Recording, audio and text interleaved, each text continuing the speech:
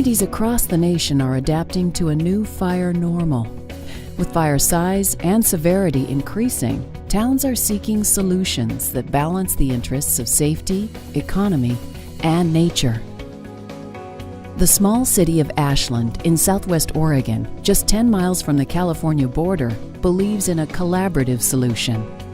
Sitting right at the base of the Siskiyou Mountains, the town blends into the surrounding forest, creating a potential fire hazard that rises with the temperature each summer.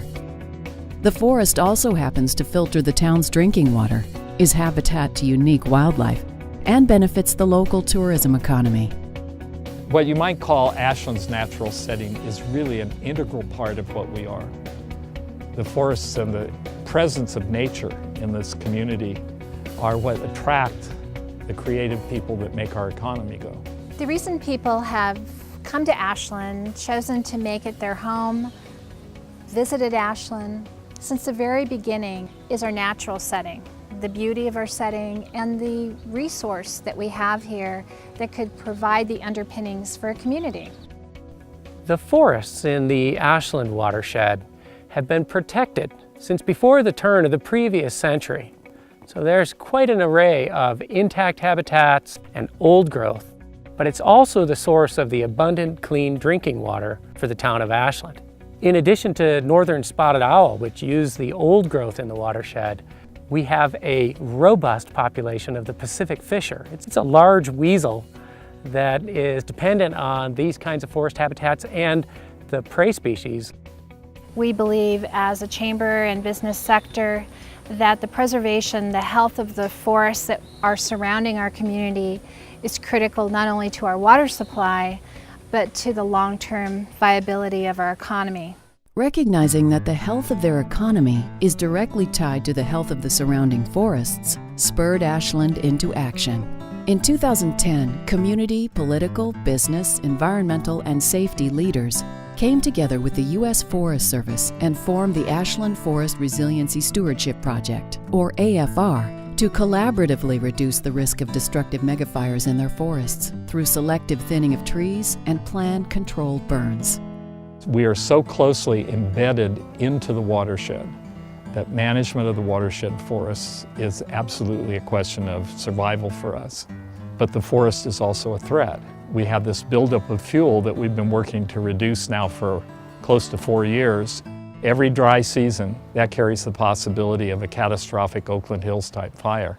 Jerry Franklin is a forest ecologist who has been studying fire and forests in the West for over 50 years. So I have a long history of involvement with these forests. And I've always been really interested in the Ashland watershed as an example of ponderosa pine Douglas fir forests. The Ashland watershed, much of it represents a situation in which fire was a frequent part of that forest landscape. It was largely responsible for the incredible pine forest that exists there. Where you have forests that experience frequent fire, it's extremely important in maintaining the complexity of those systems. And what happened at Ashland Watershed was that basically we stopped fire from coming. And when you do that in a system that is characterized by frequent fire, you very quickly develop a forest system that becomes extraordinarily vulnerable to stand replacement, catastrophic kind of fire. For the past century as a nation, we've tried to prevent and put out fires, and we've been largely successful. In doing so, we've created dense forests with an unnatural buildup of tinder, which fuel dangerous megafires that risk human safety, water supplies, and wildlife. A modern understanding of the natural role of fire is emerging. We've created a fuel model up there that really isn't natural. And there's a possibility of having a very extensive megafire. When we disturb the vegetation to that degree, we have a potential of severe erosion of the watershed. It's a granitic soil and producing runoff into our reservoir, and that is our only source of drinking water. Fires used to burn through this landscape about once every decade, and they were light, low-intensity burns. They stayed near the ground and tended to maintain the large old trees like this pine behind me.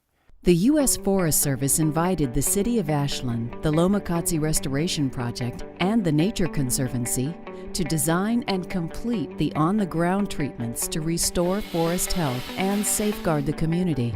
Partners allow us to understand the diversity within the community, and they build relationships within the communities. They are able to engage with community leaders, and they also bring capacity in terms of their knowledge around ecosystem restoration. This project has also provided significant economic benefits to the surrounding communities. The AFR project has provided living wage jobs and workforce training, and also the sale of logs to local mills has created additional jobs, and the funds from those logs that are sold are then reinvested back into the project to accomplish future restoration work. The work of the Ashland Forest Resiliency Project to date has focused on mechanical work.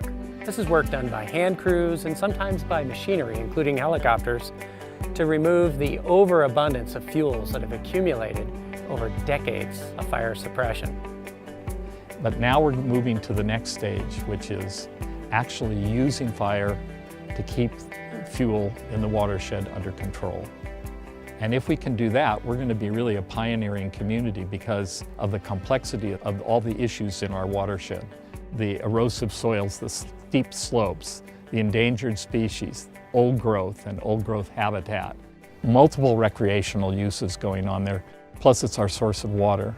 We're going to add fire to that mix to enable us to be able to afford a sustainable management of fuels in the watershed. It's not trying to dominate nature, it's trying to dance with nature. The process before any application is done up there is amazing.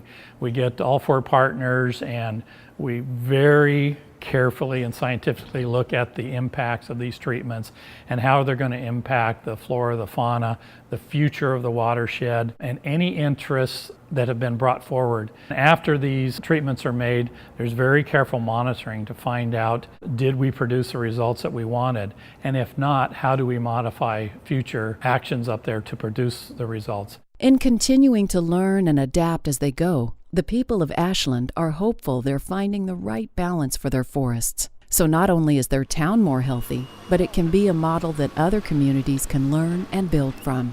The project of AFR can help serve as a model not only locally, but also regionally and nationally.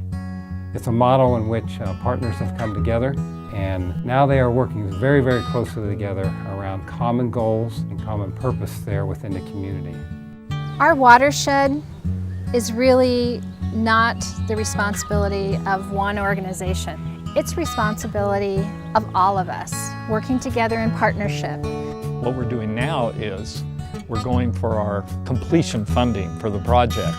And to do that, we're reframing how we do the whole project. And that is, this is a collaboration between the Forest Service and a community that gets its precious water resources from the watershed. So the city has stepped up and is now putting direct funding into completion of the project.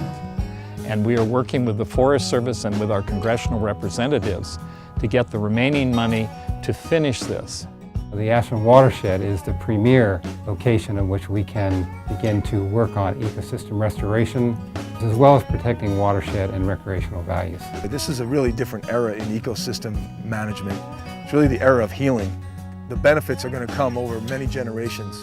One way or another, the Ashland watershed is going to be a poster child. If in fact we take our responsibility seriously and begin to restore that system so that fire can play the normal role that it would play in these forests, it's going to be a green poster child and not a blackened poster child.